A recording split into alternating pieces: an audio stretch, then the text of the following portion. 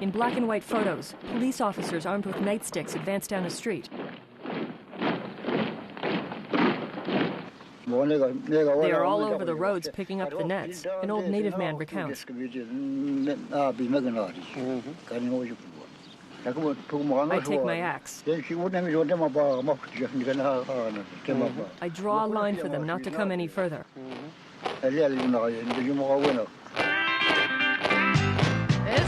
Restigouche, la police sur ses matraques. Est-ce que dit le chef Micmac? Go back! The photos depict several native men being forcefully detained by the police.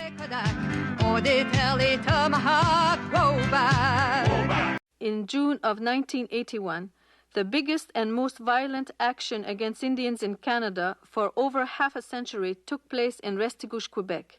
At issue were the salmon fishing rights of the Micmac people. The salmon has always been an essential source of food and income for the Micmac, and it has been a part of their lives for thousands of years. Incident at Restigouche.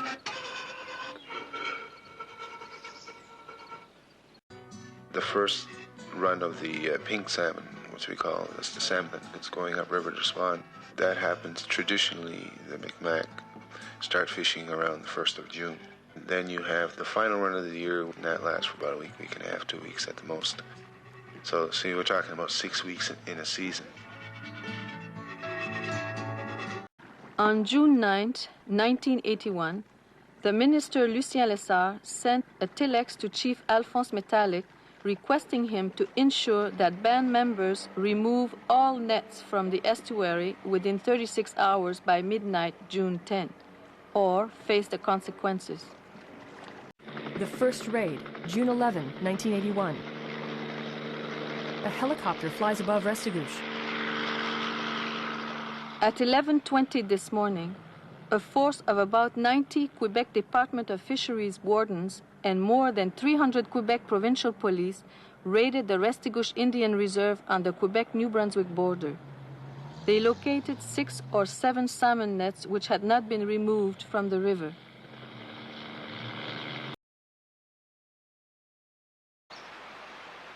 We're just fishing.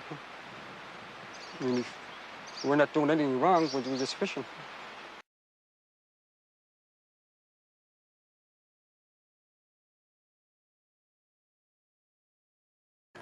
Looking out the window and seeing QPPs urinating in front of our women and children. You so helpless and can't do nothing about it. I wouldn't want to have that feeling again. As if we were behind bars. I didn't want to move around too much at the time because they were threatening to hit anybody with that stick, you know, and had guns and everything else. There was no telephones working at that time. Everybody says the same thing. At the time when they heard the helicopters, the phone service was out. Black and white photos show the police advancing through the community with their nightsticks.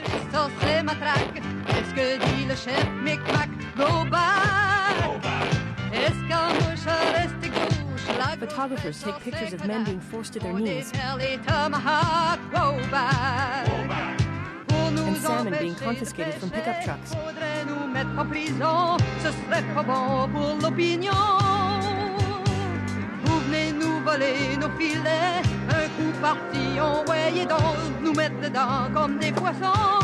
Donald Germain. It was from here to the train when one of the wardens started talking French. It wasn't a warden, it was a QPP. We didn't understand what he was saying. So we stood aside. And he says, get out of the way, but where can you go if you get out of the way? You can't jump in the river. So we stood there. They had enough room to go by. As soon as they came up to us, they started beating us up. We seen very clearly what they were doing. They all marched in and they took Donald Germain and handcuffed him and beat him and dragged him to the beginning of the wharf. They made him kneel down and they had his head to the ground. He couldn't move any way he wanted to. If he did, they banged him up with nightclubs. And they were long sticks. Film clips and photos show Germain being apprehended and forced to the ground by 2 policemen. So the guy tells me to kneel. I wasn't going to leave for anybody. So I got knocked down over there again. The wardens took nets that were in the river, and the police threatened people for information. Garages and backyards were invaded and nets seized. Some of the nets were destroyed with knives and left behind. Ran right in the water. René Martin. And I stayed in the water till one of the choppers came towards me, and I said, I'm going to give up right now. There was one QPP that grabbed me by the hair. They brought me up the hill, and they threw me on the ground and stomped on me. They put the cuffs on me, and they picked me up by the hair. Once we got to the van, they stopped, and the guy that was on the other side pulled my hair up again and grabbed me by the hair, and he punched my face. They beat up Adrian Metallic. They beat him over the head right in the back of the motel. They took our shoes off, so that we couldn't run away. But what they don't know is Indians can run with no shoes. And they were lining up their men for the assault. So I tried to organize a counterpart, to do the same thing they were doing if they attacked us, that we were ready.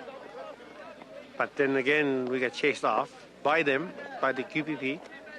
So I pulled my pants down and told them to kiss my butt. I just had my swim trunks on. And that's when I got in jail. For 2 days, no scotch. Film clips show police, wardens, and their vehicles spread throughout the community.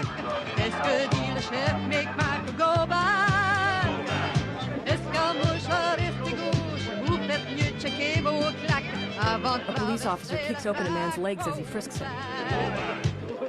The bridge was blocked on the New Brunswick side of the river by the RCMP, cutting off most of the children who were at English school here in Campbellton. Robert Barnaby. The boat went out about 4 or 5 feet off the shore, and one of the police officers says, get off the boat, and I couldn't get off the boat right away. It was kind of my artificial leg. So two of them came at me and grabbed me off the boat and took me out of the boat and handcuffed me. There were 12 people arrested, including 2 minors. The children were sent to a juvenile detention center 100 miles away, while the adults were detained at the provincial jail in New Carlisle. The reserve is virtually under siege by the troops of Mr. René Lévesque, and the only protection afforded to them was by the Indian people themselves. The president of the National Indian Brotherhood, Del Riley, gave his full support to Restigouche. This land will remain under Indian control, and that's how it's going to stay. Very quickly, Indian people across the country demonstrated their support for the people of Restigouche. In Montreal, a large group of Mohawks from Kahnawake blocked rush-hour traffic on the busy Mercier Bridge, which passes over their reserve. Also, the National Indian Brotherhood and All Chiefs Conference decided to move its meeting place from Victoria, BC to the Restigouche Reserve. Spokesman Peter Dion said the decision followed accusations by Indian leaders of police brutality and trespassing during the raid. The federal Indian Affairs Minister, John Munro, was summoned to Restigouche by the chiefs to explain his position on Indian fishing rights adopted by the Restigouche Band Council, giving the Micmac authority over their salmon fishing. Band bylaws come under the Federal Indian Act and override any provincial fishing regulations, said Mr. Munro. René Lévesque is interviewed. How do you feel about the mention that the federal government may take away control of the fishing and hunting from the Quebec government? As I said, Mr. Munro should have stayed home and shut up. As a helicopter hovers overhead, the women and children of Restigouche stare anxiously at the sky. Tension remained very high on the reserve. The barricades were up, and all the guns were in the council house. The Indian Brotherhood provided support staff under Al Chris John. They helped guard the reserve's entrances and monitor police radio frequencies. If they would set foot on the reserve again with their kind of squad, we're not responsible for killing anybody. They have no jurisdiction to come in. The second raid, June 20, 1981. 2 motorboats float on the calm water. 9 days after the first raid, at 5 a.m., the second raid began.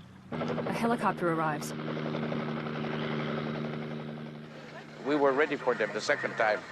And they must know something about it, that we were ready for them. Natives place a roadblock across the bridge. They bluffed their way the first time, but the second time they couldn't do it.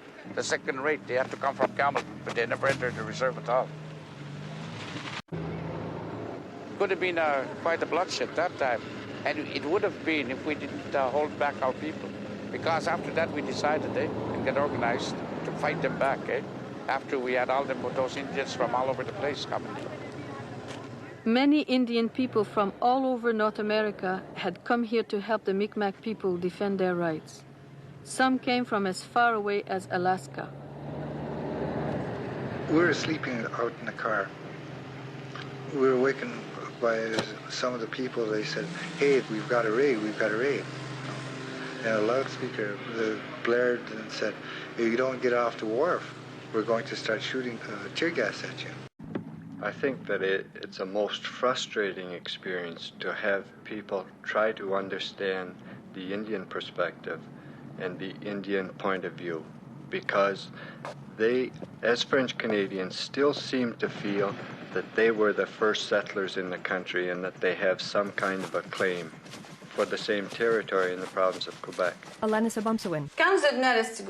When you came to Restigouche, I was outraged by what you said to the band council. It was dreadful. The chief said, "You French Canadians are asking for sovereignty here in Quebec. You are saying it's your country and you want to be independent in your country. We're surprised that you don't understand us Indian people and our sovereignty on our land." And you answered, "You cannot ask for sovereignty because to have sovereignty, one must have one's own culture, language, and land." Sa langue et sa terre. Est-ce qu'à l'intérieur, actuellement, selon, on va reconnaître, par exemple, le gouvernement du Québec? The government of Quebec will recognize a collectivity at Moriah, which is entirely sovereign. How far does that sovereignty go? It's a question of definition. Does it go as far as, for example, control of the whole resource? Certain native chiefs are creating illusions for the native people. The Gaspé Peninsula, New Brunswick, Nova Scotia, etc. It belongs to us. Do you mean to tell me at this point Montreal too belongs to you? Of course, all Canada belongs to us. Are you saying that you're going to exclude us? Did we tell you to get the hell out of here? We never said that. We always shared. You took. Instead of being proud of us, you talk of your history, your Quebec. The history of Quebec does not begin with the French Canadians. We don't even need an agreement to fish or hunt. The white man is fishing in the Atlantic, Pacific Oceans. They're taking all kinds of fish. They got factory ships. They got all kinds, can them right there. They sell them right there. And the salmon comes our way, and then when he gets here, there's only a little bit for us to fish. We live with the environment. We're not here to destroy the environment. And we've always been taught that by our fathers and their fathers.